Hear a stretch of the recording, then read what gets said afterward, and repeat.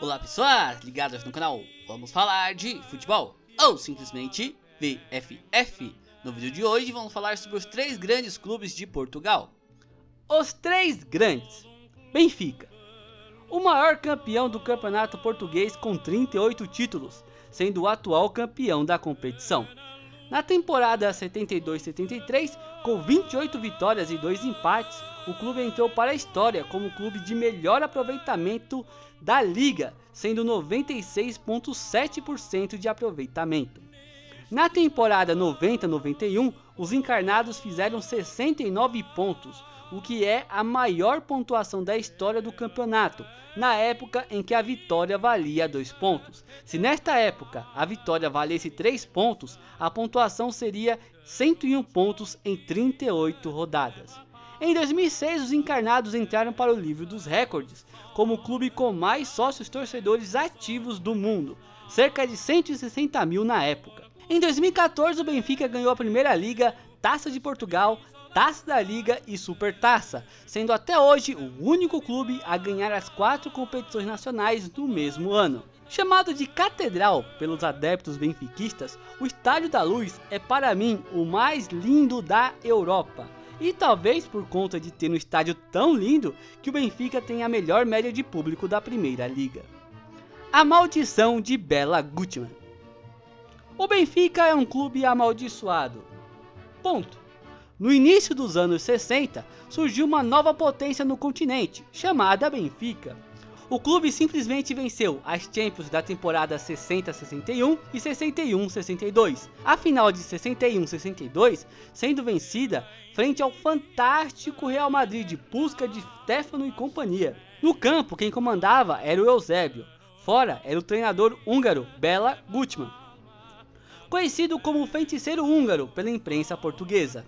Após esses 2 títulos de peso e ter seu contrato chegando ao fim com a Águia, o treinador pediu um aumento para uma eventual renovação, aumento esse negado pela diretoria benfiquista.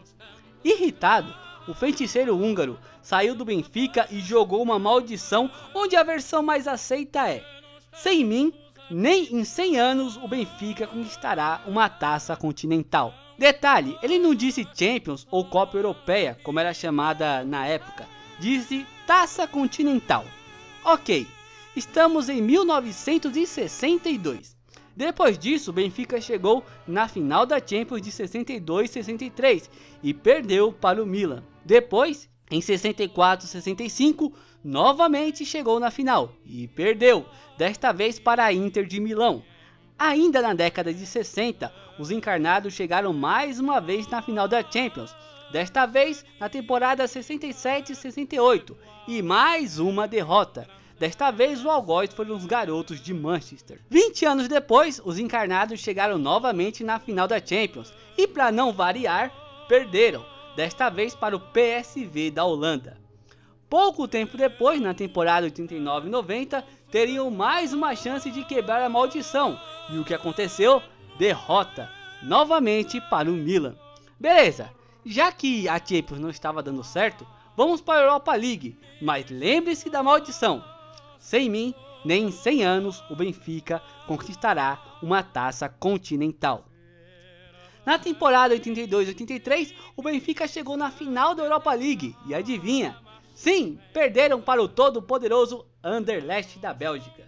Muito tempo depois, na temporada 2012-2013, o Benfica chegou novamente na final. E o que aconteceu?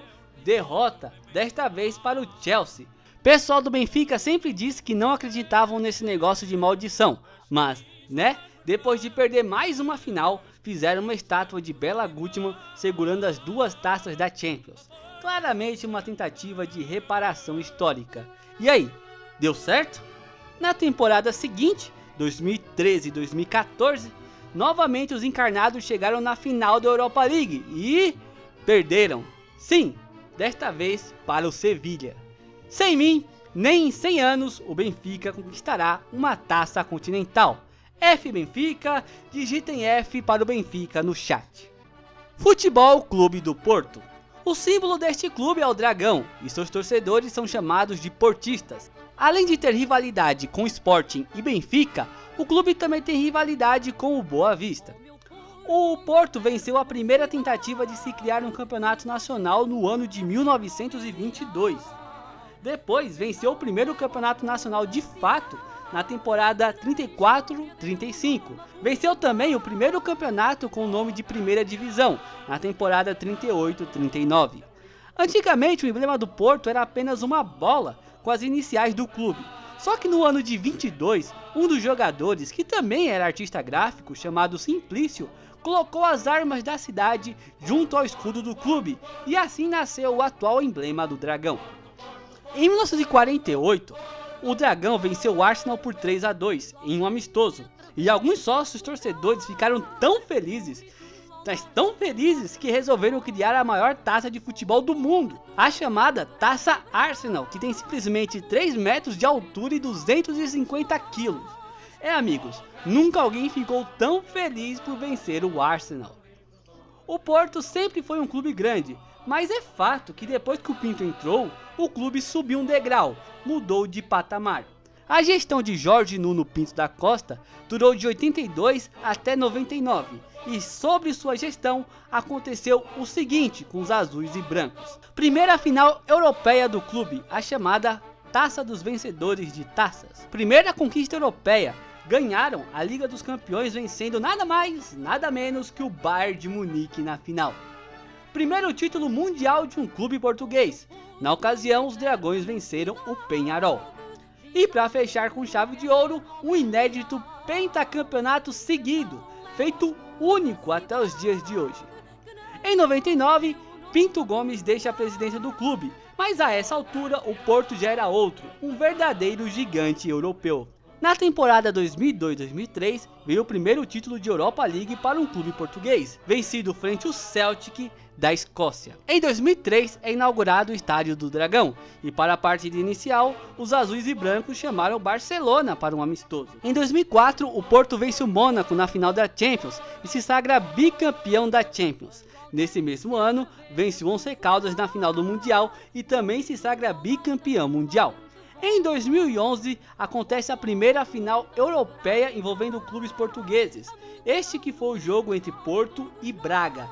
E mais uma vez o Porto mostra sua grandeza e vence a Europa League pela segunda vez. Na temporada 2021-2022, o Porto alcança a pontuação de 91 pontos, o que é atualmente a maior pontuação da liga, com a vitória valendo 3 pontos. 1893 ou 1906.